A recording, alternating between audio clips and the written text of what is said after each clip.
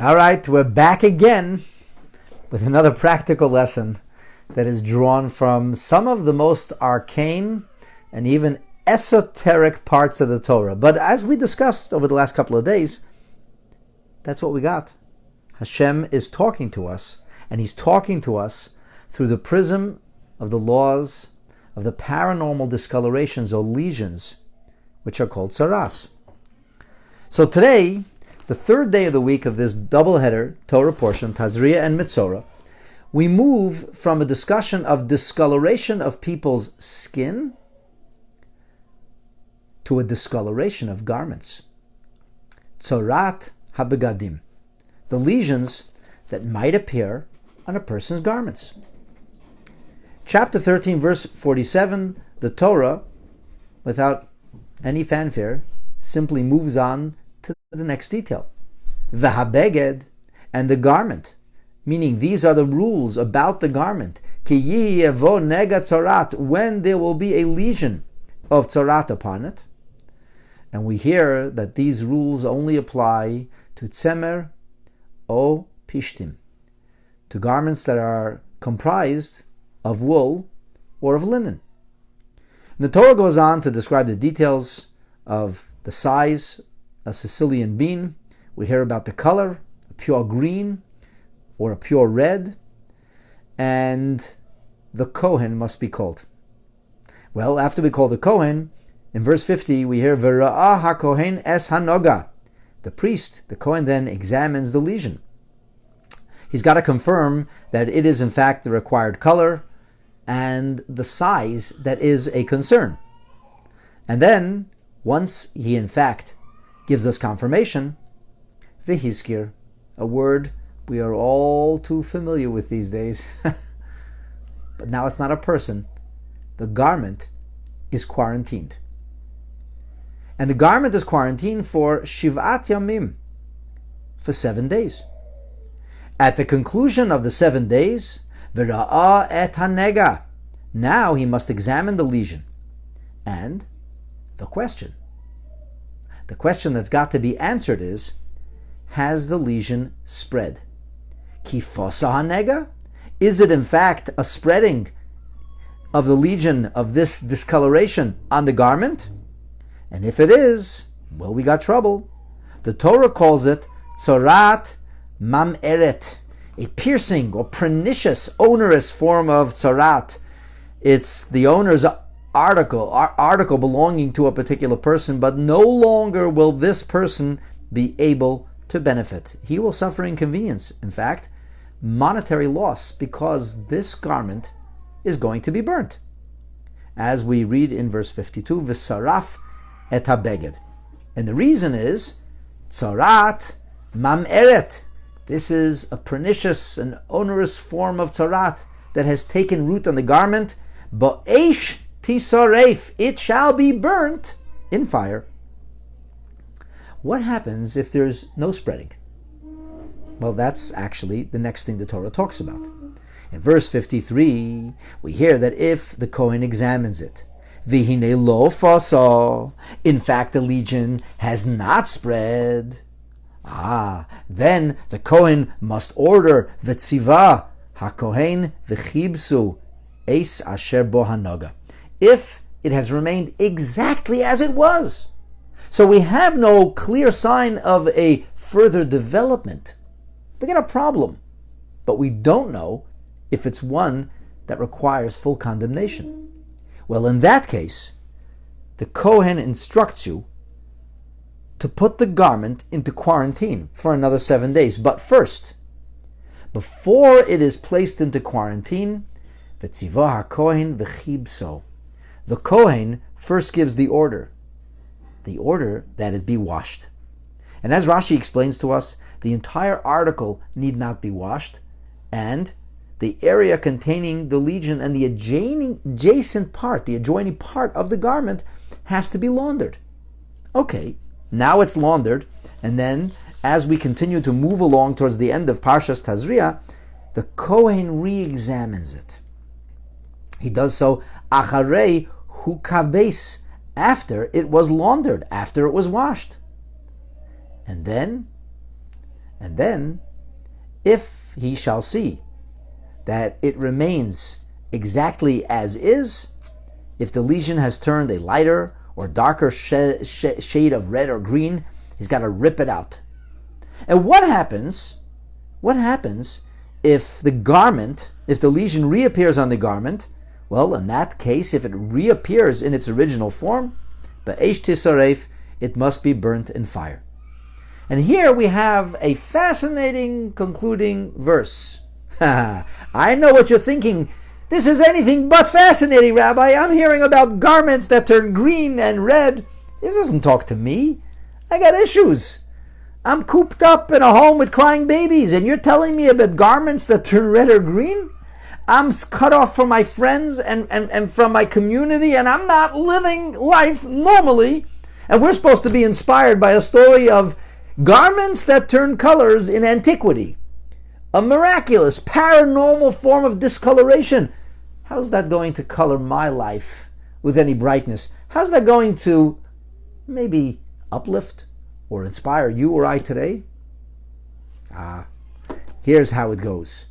When we get to verse 58, the Torah says, V'habeged, and this garment, asher techabes, the garment you had laundered, V'sor mehem hanoga, and after laundering it, the lesion disappears. The Torah comes along and says, V'chubas shenit. Now launder it again. Why am I laundering it again? Well, I don't really know why I'm doing any of this per se. It says, launder it again. So the Ibn Ezra says, Mitzvah l'chabso pamayim. That's the mitzvah. You were supposed to launder it the first time. Why? Because that's what God said. That's what the Torah says. Now launder it again. Why? Because that's what the Torah says. But Rashi says, not so simple. The chubas shenis does not mean simply to launder it again, but rather, the secondary washing we speak of here is lashon tevila. It means immerse. In other words, we speak not about laundering the filth or dirt or trying to wash the color out, but instead we are speaking about a purification, a spiritual thing. In other words, the chabes, the tichabes that we read of earlier, and the one that opens this verse, being referenced the original laundering, was indeed real laundering. However, now I'm not laundering. Now I'm going to immerse and purify. And Rashi says, I can prove it to you. I can prove it to you from the Targum Onkelos. You see, Onkelos Hager, better known in other circles as Achilles, was a Roman linguist, a brilliant genius, a nephew of the Emperor Hadrian, the Caesar Hadrian. And he goes on to become a righteous convert. It's a long story in and of itself. It's actually an inspiring and uplifting story. But be that as it may, he was an expert at language.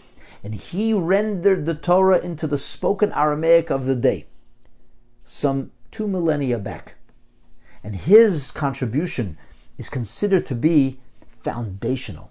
In fact, Rashi will lean on the Targum, the translation of Onkelos, more so than any other when he wants to essentially comment or explain or elucidate the words of the Torah.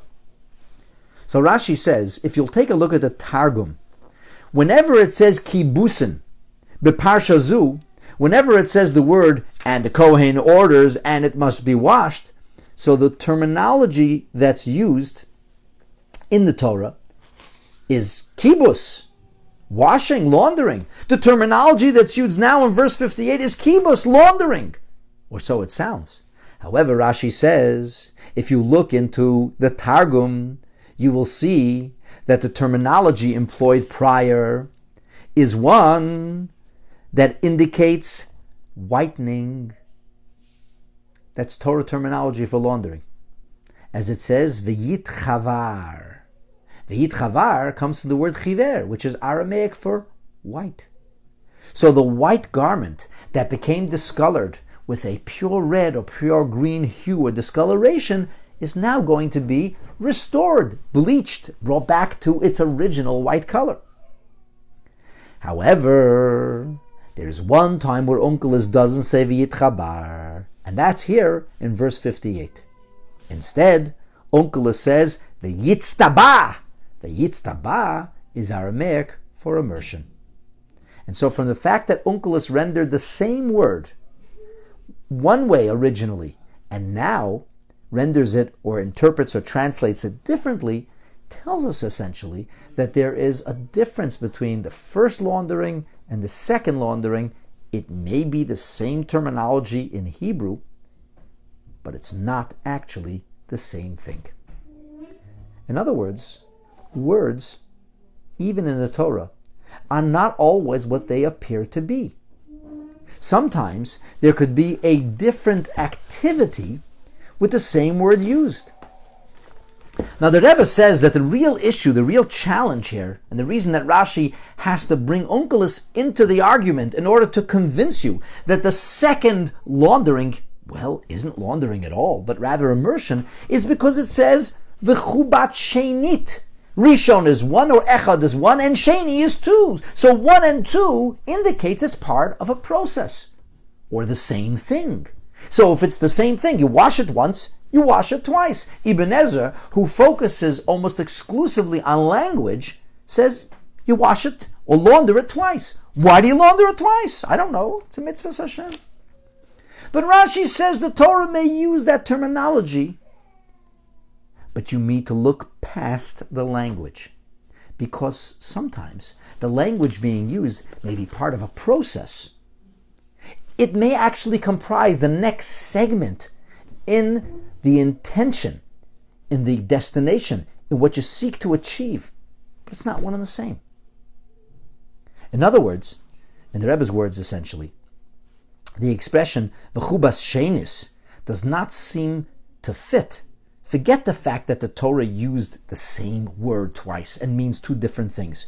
It says shenit, it says a second time.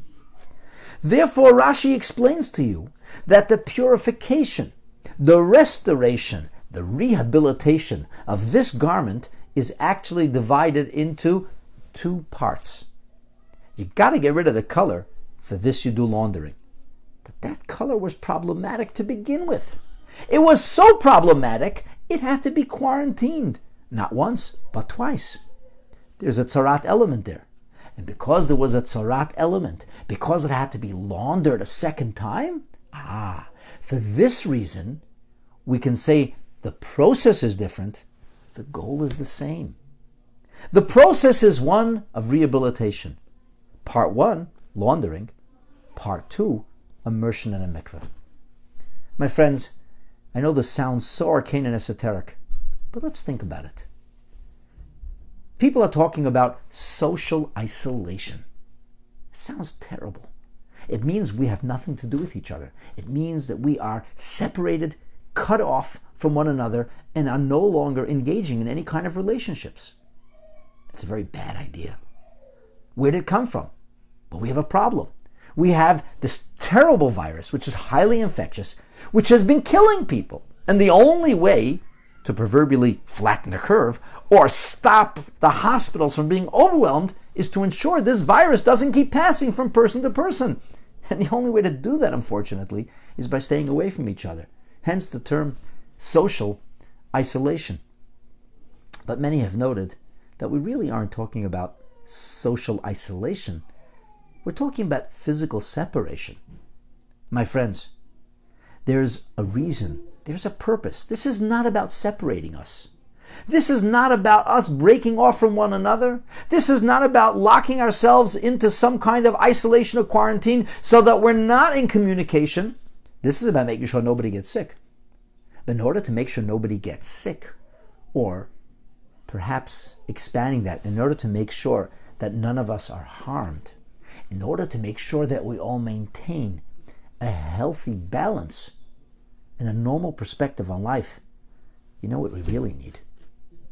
We need each other. Because we can only live in a healthy way if we have each other.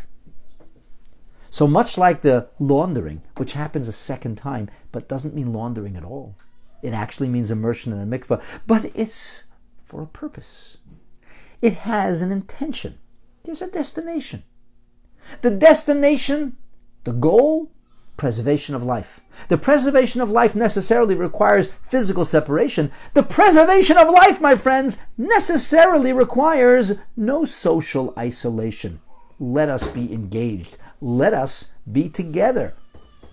Somebody sent me an email today. He says, or it was a WhatsApp message. He says, you keep talking about reaching out to others. I decided to call a couple of family members. That's exactly my point.